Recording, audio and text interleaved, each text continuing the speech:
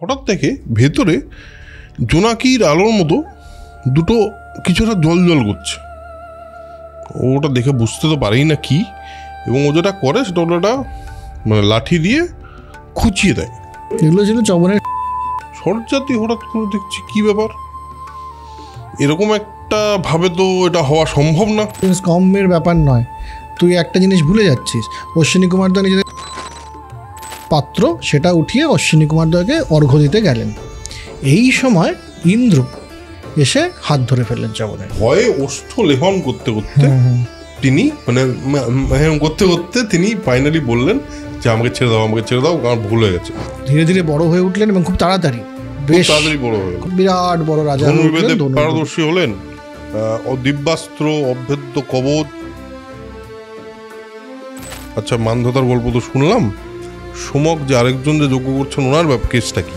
তো পুরোহিত বালককে টেনে নিয়ে চলে যায় এবং কেটে ফেললেন।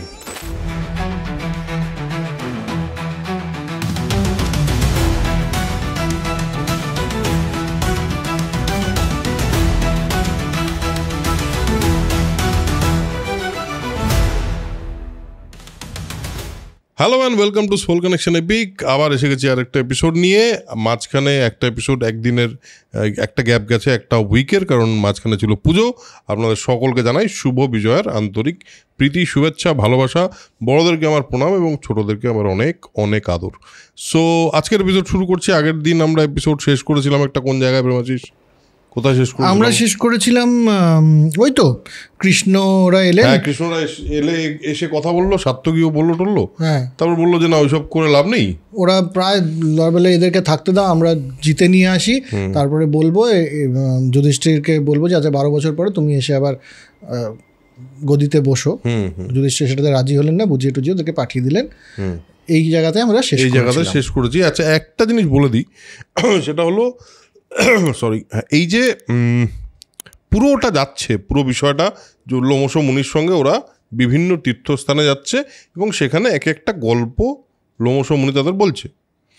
একটা জিনিস একটুখানি বলা দরকার আমার মনে হয়, যে এই পুরো গল্পগুলো মনে হতে পারে যে আউট অফ কনটেক্সট। আমরা বলছি যে লোমশ কোথাও একটা গেলেন, তিনি একটা গল্প বললেন, কিন্তু প্রথম গল্পটার ক্ষেত্রে কিন্তু লোমশ বলেছিলেন যে তুমি জানোই না যে একটা রাজা তার জীবনে কি মধ্যে দিয়ে গেছে। নলের গল্পটা বলেছেন, নল দময়ন্তীর গল্পটা বলেছেন। এরকমই তিনি বিভিন্ন জায়গায় গিয়ে বিভিন্ন রকম গল্প বলছেন, just to give Yudhishthir an idea. আচ্ছা সরি, আপনারা অনেকে বলেছেন ইংরেজি বলবেন না। হ্যাঁ, যুধিষ্ঠিরকে একটা আইডিয়া দেওয়ার জন্য, আইডিয়া না ধারণা, যুধিষ্ঠিরকে একটা সুস্পষ্ট ধারণা দেওয়ার জন্য যে জীবনটা কিভাবে অতিবাহিত করতে হয় বা বিভিন্ন রকমের এক্সপিরিয়েন্স কিরকম করে অভিজ্ঞতা কি করে সঞ্চয় করতে হয়। হ্যাঁ, তো আজকে বিভিন্ন রকম এরকম অভিজ্ঞতা সঞ্চয়ের গল্প আমরা বর্ণনা করব। তো আমরা এখন এই যে প্রথম যে গল্পটা, সেটা হলো এরা ওই দুর্যোধনকে জয় করো বলে তো চলে গেছে।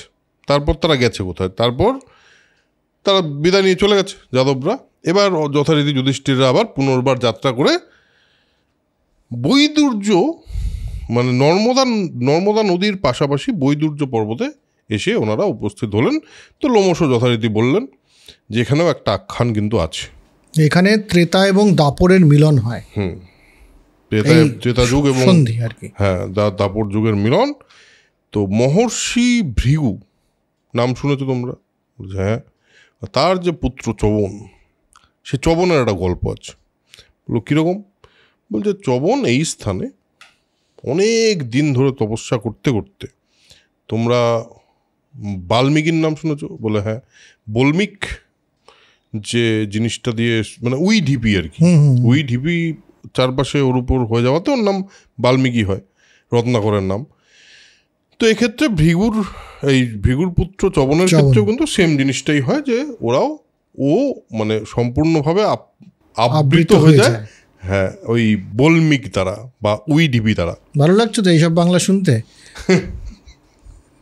তো সেখানে আচ্ছা, এটা গেল একটা জিনিস। হ্যাঁ, তারপরে লতা গুল্ম চলে আসে, পিঁপড়ে, তারপরে তোর ইয়েও আছে, পিপিলিকা, মানে পিঁপড়ে, অনেক পিঁপড়ে, হ্যাঁ, অনেক পিঁপড়ে টিপড়ে ধরে এইভাবে একটা মানে এরকম একটা স্তূপের মতো হয়ে একটা ঢিবি হয়ে আছে। ঢিবি হয়ে আছে। তো সেই সময় এক রাজা ছিল, রাজার নাম স্বরজাতি। সে রাজার 4000 স্ত্রী ছিল, মানে নামটা মনে রাখতে হবে, 4000 স্ত্রী নাকি একটা লোকের, কিন্তু কন্যা একটাই, সেই মানে একটা কন্যা কিনা জানি না, বাট একজন কন্যা সেখানে এসছে। তো তিনি বিহার করতে এসছেন, বিভিন্ন রকম ঘোরাঘুরি করছেন, পিকনিক করবেন নিশ্চয়ই কিছুক্ষণ পরে, ওটা প্ল্যান আছে, সবাই মিলে বনভোজন, সবাই মিলে একটা ক্যাম্পিং ট্যাম্পিং হয়েছে, মৃগয়া টুগয়া করবেন। তিনি বিহারে এসছেন, তো সুকন্যা এদিক ওদিক ঘুরে বেড়াচ্ছে, আর ওই ঢিবির ভেতর চবন তো তপস্যা করতে করতে হঠাৎ সুকন্যাকে দেখতে পায়। এবং বলা বাহুল্য সুকন্যা অতীব সুন্দরী একজন সুন্দরী যুবতী। হ্যাঁ হ্যাঁ, তো সেজন্যে এবার চবন ভেতর থেকে দেখে একটুখানি দেখে একটু আপ্লুতই হয়, এত সুন্দর একজন মহিলা, মানে মেয়ে, এবং সে এক বস্ত্রে রয়েছেন ওখানে, তাকে দেখে অত তপস্যা করেও কি হলো কে জানে, ও একটুখানি মন ডোল গেয়া, বাবা হিন্দি, আবার এমনিতে ইংরেজি না বলতে বলছে, মন আন্দোলিত হলো, মন আন্দোলিত হয়ে গেল। হ্যাঁ, তা সেই মন আন্দোলিত হওয়ার পর তিনি ভেতর থেকে ডাকলেন, সেই বলমিক স্তূপের ভেতর থেকে তিনি ডাকলেন সুকন্যা বলে, কিন্তু খুব ক্ষীণ কণ্ঠে, কারণ এতদিন ধরে তপস্যা করছেন, বলমিক স্তূপের ভেতর থেকে বলছেন, তো আওয়াজ তো খুব একটা যাচ্ছে না। এবার সুকন্যা কিছু একটা শুনতে তো পায়নি, কিন্তু এদিক ওদিক দেখে হঠাৎ দেখে একটা এরকম স্তূপ পড়ে আছে, তো স্তূপটার দিকে তাকায়, হঠাৎ দেখে ভেতরে জোনাকির আলোর মতো দুটো কিছু একটা জল জল করছে। ওটা দেখে বুঝতে তো পারেই না কি, এবং ও যেটা করে সেটা হলো একটা মানে লাঠি দিয়ে খুঁচিয়ে দেয়, আর চবন ভেতরে, এগুলো ছিল চবনের চোখ, হ্যাঁ সেই দুটো ছিল চবনের চোখ। এবার চবন প্রচণ্ড রেগে যায় ভেতরে, রেগে গিয়ে যেটা করে সেটা হলো মেয়েটার উপর ডিরেক্টলি কোনো অ্যাকশন নেয় না, কিন্তু এই যে রাজা এসছে, এতগুলো সৈন্য সামন্ত, তার যা যা লোকজন আছে, সবার মলমূত্র বন্ধ করে দেয় তার অভিশাপে। সে যাতা অবস্থা, মানে সারা প্রজা সৈন্য, প্রজা তো না, সৈন্য সামন্ত সবাই, তাদের মলমূত্র বন্ধ হয়ে গেছে, তারা খুবই কষ্টে আছে। স্বরজাতি হঠাৎ করে দেখছি কী ব্যাপার, এরকম একটা ভাবে তো এটা হওয়া সম্ভব না। যতদূর জানি যে মহর্ষি ভৃগুর পুত্র চবন এই স্থানেই বোধহয় তপস্যা করছেন, তার অভিশাপে এরকম একটা ঘটনা ঘটলেও ঘটতে পারে। সুকন্যা তখন বলল যে আমি কিন্তু একটা বলমিক স্তূপ দেখেছিলাম, তার মধ্যে দুটো জোনাকির মতো জিনিস দেখেছিলাম, তাদের খুঁচিয়ে দিচ্ছি। হ্যাঁ, মানে স্বরজাতি প্রথমে সৈন্য সামন্ত যারা রয়েছে, রানী, সবাইকে জিজ্ঞেস করে, তোমরা কি কারো অনিষ্ট করেছো? বলছে না। তখন সুকন্যা এই কথাটা বলে যে কারো অনিষ্ট তো করিনি, কিন্তু দুটো জোনাকি পোকার মতো ছিল, এরকম একটা করেছিলাম, আমি খুঁচিয়ে দিয়েছি, এবং সেটা আমি জানি না যে সেটা অন্যায় কিনা। এবার তো স্বরজাতি তখন গিয়ে বলমিক স্তূপের সামনে বলেন যে আমি জানি আপনি ঋষি চবন, তো আপনি প্লিজ ওকে একটু ক্ষমা করে দিন, ও একেবারেই বুঝতে পারেনি, ও বাইরে থেকে দেখে ভেবেছে দুটো জোনাকি, আর আপনার মানে দেখে তো বোঝা যাচ্ছে না। বলে হ্যাঁ ক্ষমা আমি করতে পারি, কিন্তু তোমার পুত্রীকে খুব সুন্দর দেখতে, তুমি যদি তোমার পুত্রীকে আমাকে দান করো, তাহলে বাকি এই সমস্ত প্রবলেম, তোমার প্রজাদের বা তোমার সৈন্য সামন্তদের প্রবলেম সলভ হয়ে যাবে। এবার এখানে লেখা আছে যে স্বরজাতি ইমিডিয়েটলি রাজি হয়ে যান, মানে এখানেও তাই লেখা আছে যে স্বরজাতি একেবারেই কাল বিলম্ব না করে, বিচারও করেন না কিছু, মানে ইমিডিয়েটলি রাজি হয়ে বলে ওকে ডান, ডিল ডান। এবার সেক্ষেত্রে হয়ে যাওয়ার পর সুকন্যা চবনের সেবা করা শুরু করলো, এবং চবন কিন্তু সুকন্যার চেয়ে অনেক বেশি বৃদ্ধ, একদম মানে অসতিপর বৃদ্ধ যাকে বলে সেরকম বৃদ্ধ। এবার সুকন্যা সেবা করতে লাগলো। এবার একদিন অশ্বিনী কুমার দয় কে আমরা মোটামুটি সবাই জানি। অশ্বিনী কুমার দয় হলো দেবতাদের চিকিৎসক, ডাক্তার, বেসিক্যালি ডাক্তার। তো সেই দুই ডাক্তার ঘুরতে ঘুরতে একদিন সুকন্যাকে দেখতে পায় স্নান শেষে স্নান ঘাটে নির্বস্ত্র অবস্থায়, এবং দেখার পর বলে যে আপনি এত এক অপূর্ব সুন্দরী মহিলা, আপনার এত তেজ, তা আপনি এরকম এই পৃথিবীতে থেকে কি করছেন? আপনার তো স্বর্গে থাকা উচিত, আপনার তো দারুণ দারুণ বস্ত্র পরিধান করা উচিত, আপনাকে দারুণ লাগবে দেখতে যদি এরকম হয়।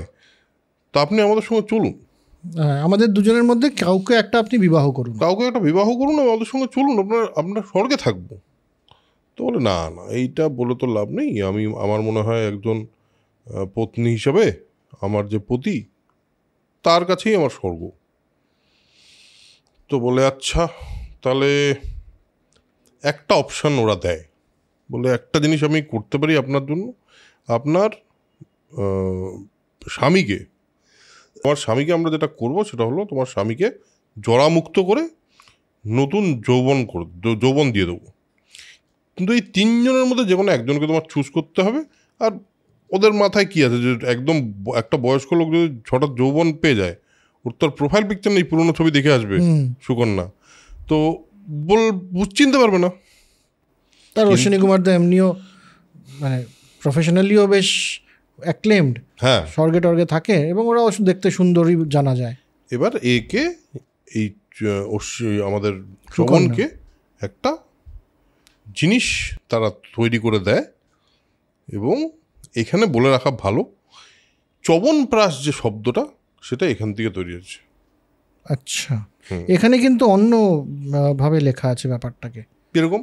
এখানে এই ভার্সনে যেটা লেখা আছে সেটা হচ্ছে যে চবনের কাছে সুকন্যা গিয়ে বলেন যে এরকম একটা প্রস্তাব এসছে যে অশ্বিনী কুমার দা বলছেন যে আপনাকে জরামুক্ত করে দেবে, যৌবন ফিরিয়ে দেবে, তারপরে আমাকে এই তিনজনের মধ্যে একজনকে পতি হিসেবে বরণ করতে হবে। চবনও রাজি হয়ে যান।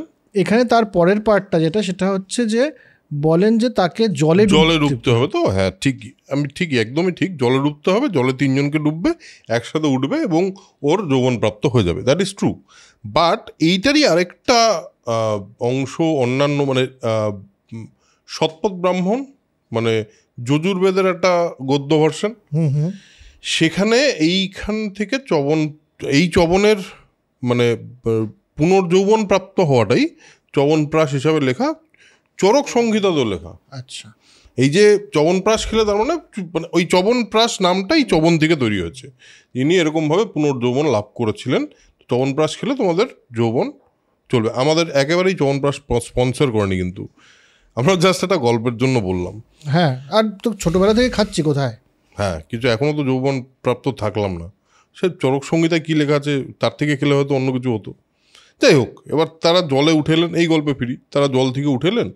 এবার যথারীতি অশ্বিনী কুমার দা না একটু মাথাটা একটু হালকা, আমার মনে হচ্ছে একটু আইকিউ লেভেল কম ছিল, কারণ ওদেরকে দুজনকে চেনেও, তাই তো থার্ড লোকটা তো অবভিয়াসলি ওর বরই হবে, এটা তো একটা বেসিক লজিক। না, কমের ব্যাপার নয়, তুই একটা জিনিস ভুলে যাচ্ছিস, অশ্বিনী কুমার দা নিজেদের চেহারা চেঞ্জ করতে পারতো, কিন্তু এক্ষেত্রে করেছি কিনা তো বলেন, তারা জানি না আমরা, যদিও বুদ্ধি থাকলে করে থাকতে পারে। হ্যাঁ, বুদ্ধি থাকলে করে থাকতে পারে। তো যাই হোক, এবার সেইখানে চবনকে বেছে নেয়, এবং চবনকে বেছে নেওয়ার পরে চবন বলে অশ্বিনী কুমার দয়কে যে আপনারা যেটা করলেন আমার জন্য, আমাকে এই সুদর্শন যুবারূপ দিলেন, আপনাদের জন্য আমারও কিছু করণীয় আছে। তা আমি একটা কাজ করব, সোমরস তো সবাই খেতে পারে না, আমি আপনাদের সোমপাই করে তুলব, মানে সোমরস আপনাদের খাওয়াবো। মানে একটা প্রপার সুন্দর, মানে সোমরস তখনকার দিনে শুধু মদ হিসাবে তো বলা হতো না, সুরা আর সোমরস আলাদা জিনিস, একদমই আলাদা। হ্যাঁ, সোমরস হলো, মানে সোমরস সবাই পেতে পারে না, সোমরস খেলে মানে সমস্ত দিক দিয়ে খুবই একটা ডেভেলপমেন্ট হয়, সেটা করে দেবো। এবার করে দেবো তো বললো, তারপর কি হলো? তারপর তো অশ্বিনী কুমার দাও প্রীত হলো এবং চলে গেল। এবার চবন এবং সুকন্যা সুখে সংসার করছেন। সৎজাতির কাছে খবর গেল যে আমার যে মেয়ে জামাই সে আবার পুনর্যৌবন প্রাপ্ত হয়েছে। সুদর্শন তো সে দেখতে এলেন, দেখতে এসে তো অবশ্যই খুশি হলেন খুব, যে যাক, মেয়েকে একটা অন্যরকম অবস্থায় আমাকে অশীতিপর একজন বৃদ্ধের সাথে বিয়ে দিতে হয়েছিল, এখন তো ব্যাপারটা ঠিকই আছে। তো এই ব্যাপারটাকে একটু উদযাপন করবার জন্যে চবনই বললেন যে একটা যজ্ঞ করা হোক। তৎক্ষণাৎ দিনে পার্টি মানে যজ্ঞ, তো যজ্ঞ করা হোক। তো যজ্ঞ শুরু হলো। যজ্ঞ যখন শুরু হলো, সাংঘাতিক বড় সরজাতি বড় করে যজ্ঞের ব্যবস্থা করলেন, এবং যজ্ঞ শুরু করা যখন হলো তখন চ্যবনের তো মনে আছে অশ্বিনী কুমার যজ্ঞের যে সোমরসের পাত্র সেটা উঠিয়ে অশ্বিনী কুমারদ্বয়কে অর্ঘ্য দিতে গেলেন। এই সময় ইন্দ্র এসে হাত ধরে ফেললেন চ্যবনের। তো বললেন যে এটা আপনি কি করছেন, কারণ সেই অর্থে তো অশ্বিনী কুমারদ্বয় সোমরস পান করার যোগ্য নন। ওরা তো ঈশ্বরের জগতে ওনারা ভৃত্যের মতন, ওরা ফিজিশিয়ান, রূপ টুপ চেঞ্জ করে ওসব ঠিক, কিন্তু এদের কাছে তো সোমরস যাবে না। চ্যবন বললেন না, আমি কথা দিয়েছি, এরা আমাকে যৌবন ফিরিয়ে দিয়েছে, এদেরকে তো আমি সোমরস দান করবো, আমার কথা দেওয়া হয়ে গেছে। আর একবার मैंने जो कमिटमेंट कर दी फिर मैं अपना भी नहीं सुनता। হ্যাঁ, তো তারপর এটা নিয়ে এরা দুজনের মধ্যে বচসা হলো। একটা পর্যায়ে এসে ইন্দ্র ক্ষেপে গিয়ে বললেন যে আপনি যদি ওদেরকে সোমরস দিতে যান, মানে ক্লাসিজমটা কোন লেভেলে ছিল ভাব তুই, যে ওদেরকে যদি আপনি সোমরস দেন তাহলে আমি বজ্র আপনার ওপরে নিক্ষেপ করব। হেসেছে চ্যবন, হ্যাঁ ঠিক আছে। তো এগিয়ে নিয়ে দিতে যাচ্ছে, বজ্র তুলেছে মারার জন্যে, চ্যবন একটু তাকালেন ওর দিকে, উনি স্তম্ভিত হয়ে গেলেন। স্তম্ভিত মানে হাতটা আটকে, প্যারালাইজড হয়ে গেলেন, হাতটা স্পেসিফিক্যালি হাতটা জাস্ট আটকে গেল, কিছুই নড়ছে না। তো এই অবস্থা তাকালেন, এবং শুধু তাতেই চ্যবন থেমে থাকলেন না। চ্যবন কি করলেন, ওই যজ্ঞের মধ্যে থেকে মন্ত্রতন্ত্র কিছু পাঠ করে অসুর একজন বড়, ওখানে কি বলি কৃতা লেখা আছে। কৃত্তা বলতে এখানে বলা আছে অগ্নি থেকে মদ নামক এক অতি মহাবীর্য মহাকায় ঘোর দর্শন কৃত্তা মানে এখানে লেখা আছে ফুটনোটে অভিচার ক্রিয়ার জন্য ব্যবহৃত বা আবির্ভূত যে এন্টিটি হয় বা দেবতাই লেখা আছে এখানে, তো সে এসে মানে উপস্থিত হয় বা আবির্ভূত হয়। তো এখানে এই মদ মানে ইনটক্সিকেশন, বেসিক্যালি নেশা যেটাকে বলে। তো সেরকম একটা নেশা আর অসুর তেমনি, এবং অতিকায় বড়, তার মানে দাঁত ফাঁত দেখে একবারে সবার ভয় লেগে যাচ্ছে, এবং সে ধীরে ধীরে ইন্দ্রের দিকে এগিয়ে যাচ্ছেন, ইন্দ্রকে গ্রাস করবেন। এমন সময় ইন্দ্র ভয় পেয়ে গেলেন। ইন্দ্র ভয় পেয়ে গিয়ে কোনো রকমে বলতে পারলেন চ্যবনকে যে ক্ষমা করে দিন, মদকে আমার কাছে আসতে দেবেন না, আমি মেনে নিলাম সমস্ত, আমার ভুল হয়েছে, এখন থেকে অশ্বিনী কুমারদ্বয় সোমরস পাবে। হ্যাঁ, আর এখানে একটা জিনিস খুব সুন্দরভাবে লেখা আছে, সেটা হলো ঠোঁট নাকি শুকিয়ে গেছে ওর, ভয়ে ওষ্ঠ লেহন করতে করতে তিনি তিনি ফাইনালি বললেন যে আমাকে ছেড়ে দাও, আমার ভুল হয়ে গেছে, এবং ফাইনালি ওই অশ্বিনী কুমারদ্বয়কে করলেন, এবং তারপরে অশ্বিনী কুমারদ্বয়কে সোমরস দেওয়াও হলো। এবং চ্যবন কি করলেন, তখন মদকে কি করা যায়, মদকে 4 ভাগে বিভক্ত করে দিলেন। এটা খুবই ইন্টারেস্টিং, 4 ভাগে বিভক্ত করলেন। 1 ভাগে হচ্ছে সুরায়, 1 ভাগ হচ্ছে স্ত্রী মানে নারী লোলুপতা বা এই জাতীয় যে ব্যাপারটা, তার মধ্যে 1 ভাগ হচ্ছে দুধ ক্রীড়া বা জুয়া খেলা, এবং আরেক ভাগ হচ্ছে মৃগয়া বা হান্টিং, শিকার। এই 4টের মধ্যে উনি মদকে ভাগ করে দিলেন। তার মানে এই মদ কিন্তু এই কামক্রোধ লোভ মোহ মদের মদ, অ্যাকচুয়ালি মানে এই নেশা বা ইনটক্সিকেশন বলে আমরা যেটাকে বলছি, বা ওই মানে মোহের পর যে মদ মানে ওই উন্মত্ত হয়ে যাওয়ার মতো যে জিনিসগুলো হয়। তো এখানে হচ্ছে মানে 4টে ক্ষেত্রেই এটা সত্যি। সুরা তো একেবারে ডিরেক্ট মদ, যে জন্য সুরাকে বোধহয় মদ বলা হয়। স্ত্রী মানে অনেকেই স্ত্রীর প্রতি তাদের বিভিন্ন রকম আসক্তি, আসক্তিটা সঙ্গ একেবারেই না, আসক্তি। হ্যাঁ, তারপর দুধ অবশ্যই মানে জুয়ার আসক্তি হয়, এবং পরবর্তী মৃগয়ার আসক্তিও কিন্তু দেখা গেছে অনেক জায়গাতেই।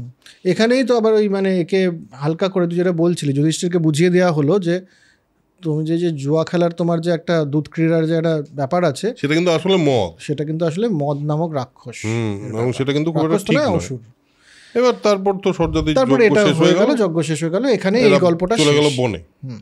এই গল্পটা শেষ। এবার এরা আবার তীর্থ করতে গেছেন, সৈন্ধব পর্বত ইত্যাদিতে গিয়ে একটা জায়গায় ওনারা জানতে পারলেন যে যমুনা নদীর তীরে যে মান্ধাতার একটা গল্প আছে। হ্যাঁ, এবং সেখানে মান্ধাতার সমগ্র রাজা যজ্ঞ করছিলেন, এবং সেখানে বললেন যে এই একটা গল্প আছে, মান্ধাতার গল্প। যুধিষ্ঠির বলছেন যে মান্ধাতার তো নাম শুনেছি, কিন্তু সারা বিশ্বের একটা অধিপতির মতন ছিলেন, এবং সাংঘাতিক তার শক্তি, প্রতিপত্তি ইত্যাদিতে। এই মান্ধাতার একটা আমরা শুনেছি, মান্ধাতার জন্ম বৃত্তান্ত একটা আছে। জন্ম বৃত্তান্তটা তো বলুন তো একটুখানি।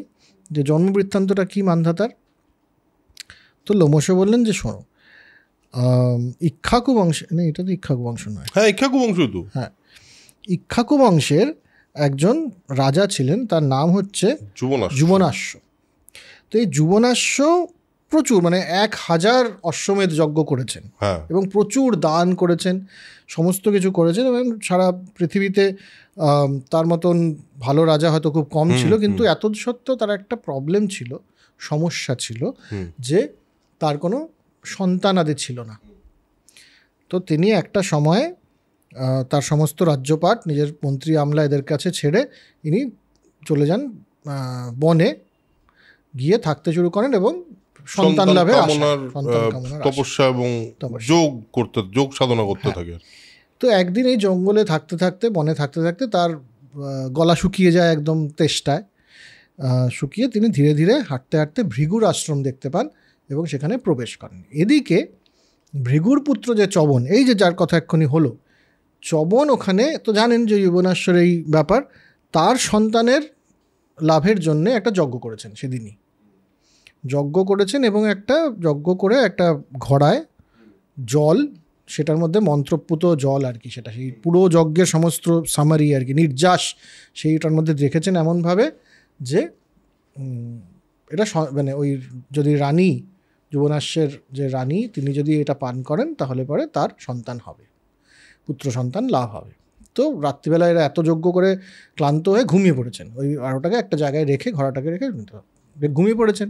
এদিকে যুবনাশ্ব ঢুকেছেন সেই আশ্রমে, তার তো অষ্টাদশ, প্রথমে ডাকতে চেয়েছেন সবাইকে যে কোথায়, কেউ কোথায়, কিন্তু গলা এত শুকিয়ে আছে যে তার আওয়াজই বেরোচ্ছে না, এত ক্ষীণ কণ্ঠ যে কেউ শুনতেই পায়নি। তো তখন সে দেখেছে একটা ঘোড়া রাখা আছে, তাতে জল আছে, তিনি নিয়ে গটগট করে জল খেয়ে ফেলেছেন ওখান থেকে, তাদের তেষ্টা নিবৃত্ত হচ্ছে, বাকি জলটা ফেলে দিয়েছেন। হ্যাঁ, বাকি জলটা ফেলে দিয়েছেন, কেন ফেলে দিলেন সেটা বুঝতে পারলাম না, কিন্তু ফেলে দিয়েছেন যে আর দরকার নেই। তো একটু পরে যখন চবন উঠলেন তখন দেখলেন যে ঘোড়ার পাত্র খালি, ঘোড়ায় কোনো জল নেই। তো কে করলো এটা?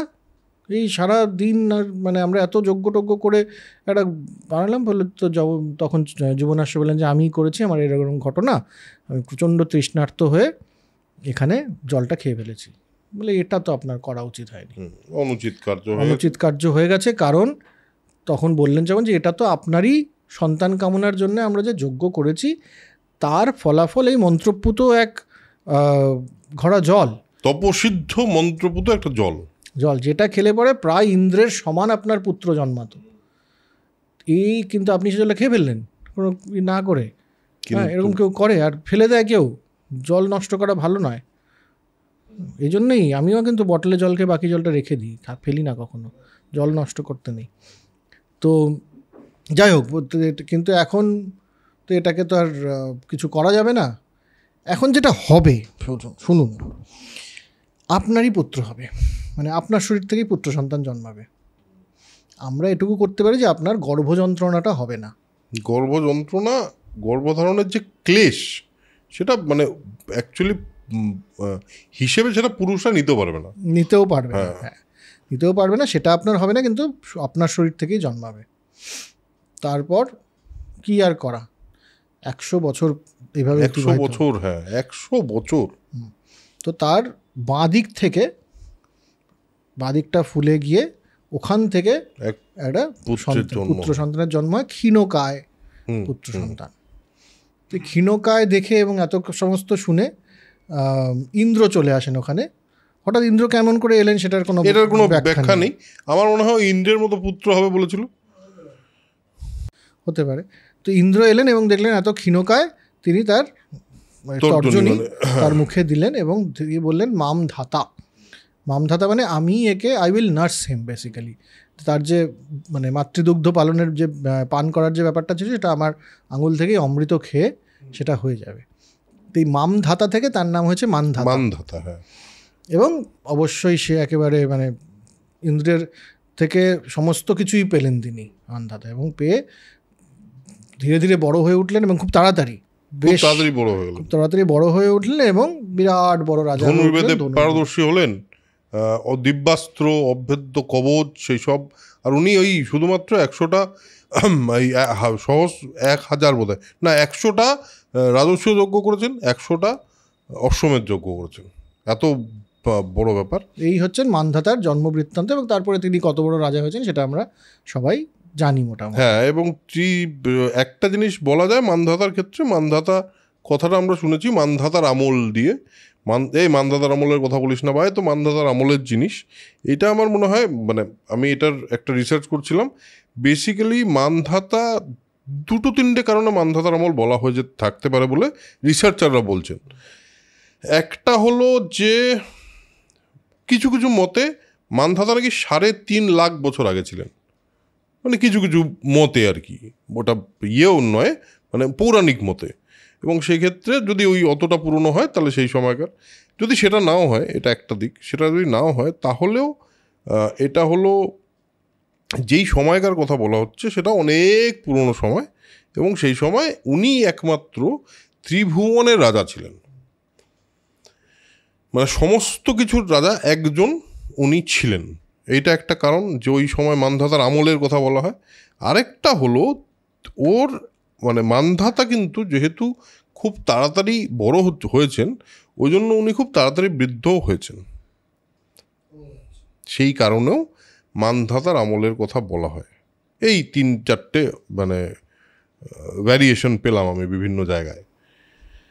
মান্ধাতা বলে একজন সাউথে দক্ষিণ ভারতের একজন রাজাও ছিলেন মান্ধাতা, আমার মনে হয় 4th বা 5ম শতকে। হ্যাঁ, এই কথাটা এসেছিল কোনো গোল্ডেন এজে আমরা শুনেছি। হ্যাঁ হ্যাঁ, ঠিক। যাই হোক, এবার তো গেল মান্ধাতাটা চলে গেল। এবার হচ্ছে আরেকজন, যেটা বললি সোমক। এই যে তখন প্রথম বললো যে মান্ধাতার সোমক যজ্ঞ করছেন, তো যুধিষ্ঠির যথারীতি জিজ্ঞেস করলো যে আচ্ছা মান্ধাতার গল্প তো শুনলাম, সোমক যে আরেকজন যে যজ্ঞ করছেন ওনার কেসটা কি? তো বলল যে সোমক রাজার গল্পটা খুব অদ্ভুত, এবং এই গল্পটা সত্যিই খুব অদ্ভুত। তো সোমক বলে এক রাজা ছিলেন, তিনি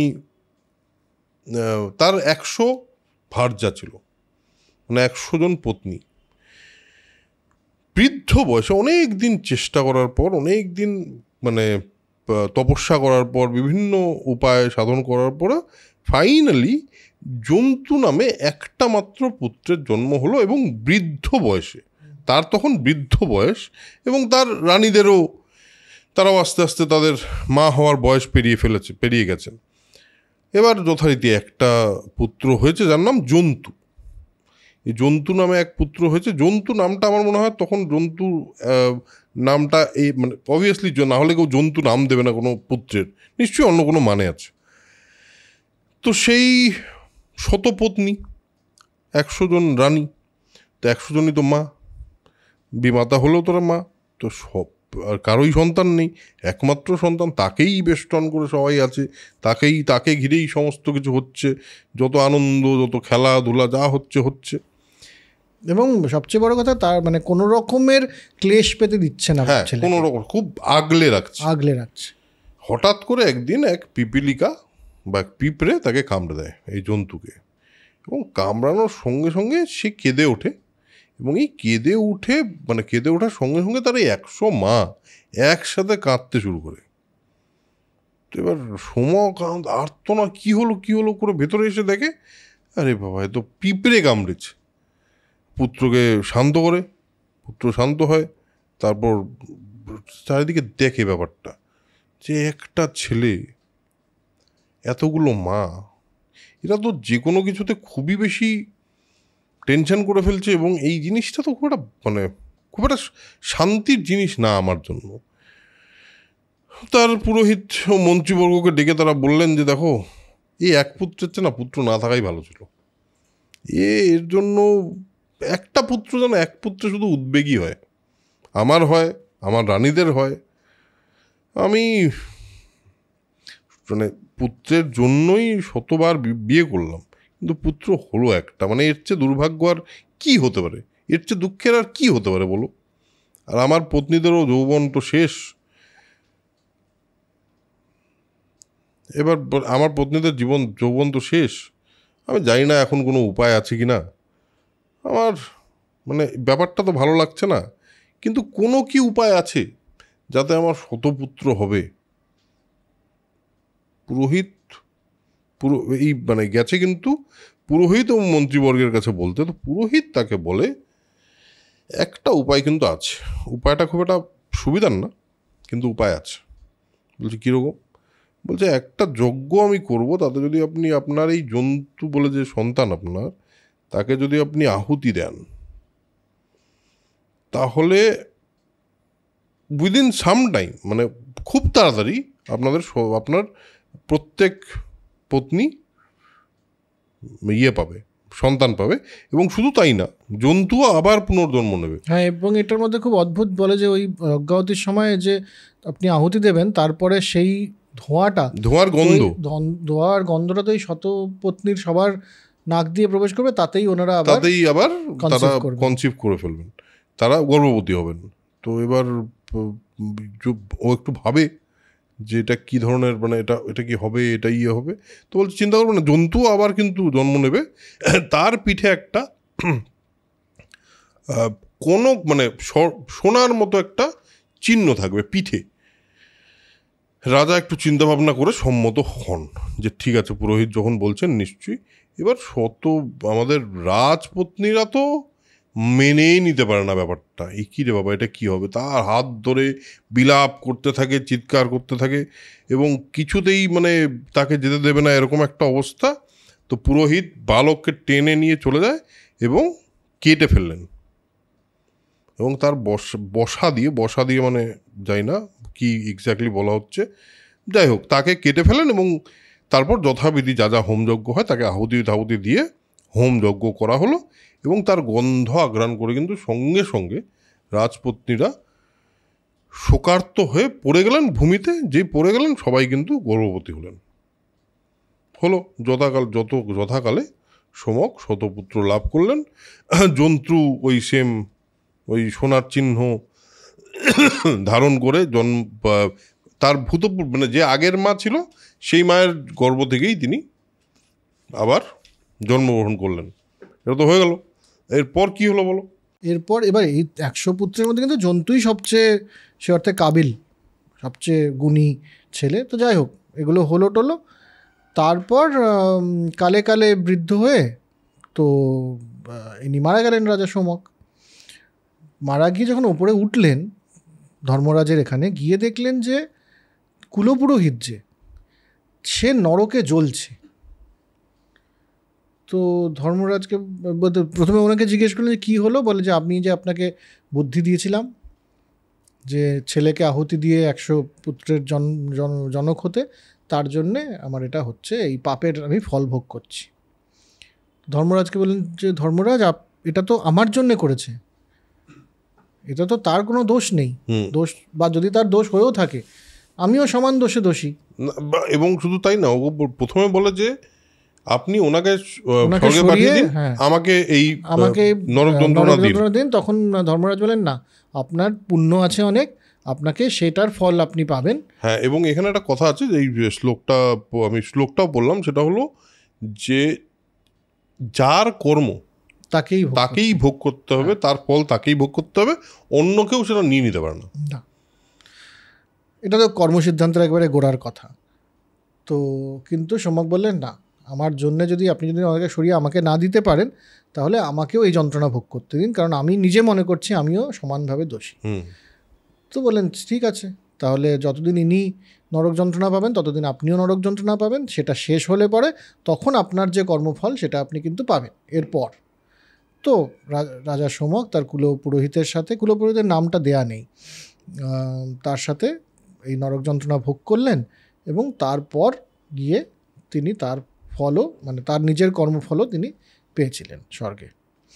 এই হচ্ছে রাজা সমকের ঘটনা। এবং এই ঘটনার মধ্যে খুব ইন্টারেস্টিং আমার মনে হয়েছে যে আমরা যখন সাইকোলজির বা সাইকোঅ্যানালিসিসের চ্যাপ্টারগুলো করছিলাম, তখন একটা বলছিলাম যে একদম ট্রমা ছাড়া বাচ্চা বড় হওয়াটাও কোনো কাজের কথা নয়, সেটারও একটা কিন্তু এখানে হালকা ইঙ্গিত দিয়ে রেখে দিয়েছে যে বেশি প্রোটেক্টেড যদি হয় তাহলে সেটা হলেও কিন্তু শিশু আর বড় হয়ে মানে সমাজকে বা পৃথিবীকে সম্মুখীন হওয়ার জন্য কিন্তু সে প্রস্তুত হয় না। কাজেই সেক্ষেত্রে অন্যরকম ব্যবস্থা প্রয়োজন, একটু আধটু ট্রমা দিতে হবে। এটার মধ্যে একটা ডাইকোটমিও আছে, সেটা হলো যে ধর সিম্পল জিনিসপত্র যেরকম যে একটা বড় লাভের জন্য একটা ছোট আহুতি, এটা কিন্তু আজকের দিনের পৃথিবীতেও কন্টিনিউয়াসলি চলছে, এবং সেক্ষেত্রে সেটা যে ঠিক নয়, মানে ফাইনালি কিন্তু নরক যন্ত্রণা বলছে কিন্তু যে উনি কিন্তু পাপই করেছেন, সেই পাপের ফলই পাচ্ছেন। সে 100 পুত্র জন্ম দিল, দ্যাট ইজ নট ইম্পর্টেন্ট, একটা প্রাণ ইজ ইম্পর্টেন্ট। এটা কিন্তু এখানে খুব মানে আমার খুব ইন্টারেস্টিং লেগেছে। খুবই ঠিক কথা যে একটা প্রাণ খুব ইম্পর্টেন্ট, তুমি একটা প্রাণও ধ্বংস করতে পারো না ফর আ গ্রেটার গুড। না, একদমই পারো না। যেটা আজকের দিনে ধর আমি বলছি, এটা কর্পোরেট সেটিংসে অনেকের মানে একজনের চাকরি ছাড়িয়ে দিয়ে অনেক, কর্পোরেট কেন, রাজনীতিতেও তাই আছে, সমাজে একই জিনিস আমরা বারবার, মানে অনেকেই যুক্তি দেন যে বড় লাভের জন্য ছোট স্যাক্রিফাইস করাটা করতে পারা যায়, কিন্তু ওই ঘটনাটাকে তার মেরিটে দেখো, তাই না? ধর একটা রাজপথ তৈরি হবে, তার জন্য তুই 10,000 লোকের কে উৎখাত করে দিলি, কারণ এই রাজপথটা তৈরি হলে 1 লক্ষ লোকের সুবিধে হবে, কিন্তু ওই 10,000 মানুষের জীবন এবং তাদের বসতিটাও ইম্পর্টেন্ট। হ্যাঁ, একদমই তাই। এবং শুধু 10,000 মানুষ নয়, যদি 10,000 গাছও কাটা হয়, সেই গাছেরও যে প্রকৃতির উপর যা এফেক্ট ছিল, সেই এফেক্টটা তো সরলো, এবং প্রচুর মানুষের ক্ষতি হলো আলটিমেটলি। সেটা তো আমাদের চারিদিকে সবসময় চলছে, এবং মহাভারতকে এই কারণেই খুব রেলেভেন্ট লাগে যে মহাভারতের প্রত্যেকটা গল্পই, প্রত্যেকটা ঘটনাই কোথাও না কোথাও তুই রিলেট তো করতেই পারবি কোনো না কোনোভাবে। বান্ধবতার গল্পটাতে আলাদা করে রিলেট করার কিছু নেই। বান্ধবতার গল্পটাতে শুধু এইটুকু বোঝা যায় যে গর্ভ যন্ত্রণা ভোগ করার ক্ষমতা বোধহয় পুরুষদের নেই, এটা বোধহয় পরিষ্কার করেই উনি বলে দিয়েছেন। আর মদ, মানে 4টে বিষয়, আসক্তির জায়গা থেকে একটু সরে থাকাই ভালো, তাতে অনেক সুবিধে বিভিন্নভাবে হয়। এই মোটামুটি আজকের আমাদের টেক অ্যাওয়ে। আশা করি আপনাদের ভালো লেগেছে এপিসোডটা। কীরকম লেগেছে সেটা অবশ্যই কমেন্টে জানাবেন। কমেন্ট খুব ইম্পর্ট্যান্ট, কারণ কমেন্ট করলে এই ভিডিওটার এঙ্গেজমেন্ট বাড়ে এবং বিভিন্ন মানুষের আরও বেশি মানুষের কাছে এটা পৌঁছয়। যদি আপনাদের ভালো লাগে, আপনারা প্লিজ একটা ভালো লাগছে, কোনো একটা ইমোজি, কোনো একটা জাস্ট 2টো লাইন, কতটুকু সময় লাগে, জাস্ট একটা কমেন্ট করে দিন, আর লাইক বলে বাটনটা এটা একটু প্রেস করে দিন। আর যদি সাবস্ক্রাইব করে না থাকেন, তাহলে অবশ্যই সাবস্ক্রাইব করুন সোল কানেকশন এপিক। আজকের এপিসোড এখানে শেষ করছি, দেখা হবে পরের এপিসোডে। ততক্ষণের জন্য spread knowledge, spread positivity, because knowledge is power and positivity is tata.